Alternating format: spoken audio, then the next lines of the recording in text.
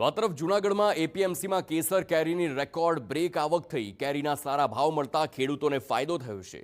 આ વર્ષની કેસર કેરીની સિઝન પૂરી થવાના આરે છે, ત્યારે જૂનાગઢ માર્કેટ યાર્ડમાં આજે 10,000 બોક્સ કેરીની આવક નોંધાઈ છે। કેરીના વેપારીના કહેવા પ્રમાણે હવે કેરીની સિઝન પૂર્ણ થાય છે।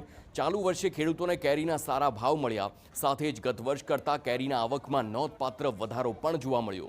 એપીએમસીમાં ગત વર્ષે 8 લાખ બોક્સની આવક નોંધાઈ હતી, જ્યારે આ વર્ષે 2 લાખ બોક્સના વધારા સાથે 10 લાખ બોક્સ કેરીની આવક થઈ છે। ત્યારે સારા ભાવ અને વરસાદ પાછો ખેંચાતા હવે લાંબી ચાલેલી આ કેરીની સિઝનથી ખેડૂતોને મોટો ફાયદો થયો છે।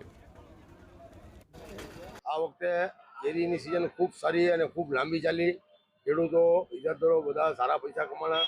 ગરીબ માણસોએ પણ કેરી ખાધી। વચ્ચે થોડાકથી બજારમાં ફેરફાર થઈ ગયો તો મંદીનો એક પીરિયડ આવ્યો હતો, ત્યારે મંદી એ પડી હતી, પણ હવે કેરીની અંદર પાછી તેજી આવી ગઈ છે।